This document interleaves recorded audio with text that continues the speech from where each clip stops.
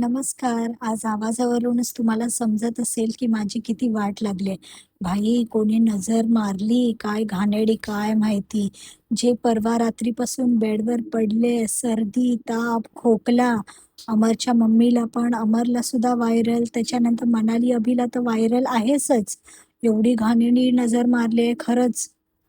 परवा रात्रीपासून जी आजारी पडले, ती अजून आजारीच आहे. परवा रात्रीपासून असं वाटतंय आयुष्यातून कोणी कालचा दिवसच डिलीट केलाय. आठवतच नाहीये. फक्त मेडिसिन घेते, झोपते, उठते, मेडिसिन घेते. फक्त बेड आणि मी. आता माझा बेड पण मला उठ बोलला बाबा, की "बाई जरा हल, मला पण माझा स्पेस दे. जी तू मला चिकटलीस, उठ आता." आज मला बरं नसल्यामुळे त्रिशवीची पण स्कूलची दांडी झाली. तिला कोण उठवणार 7 वाजता रेडी वगैरे करणार.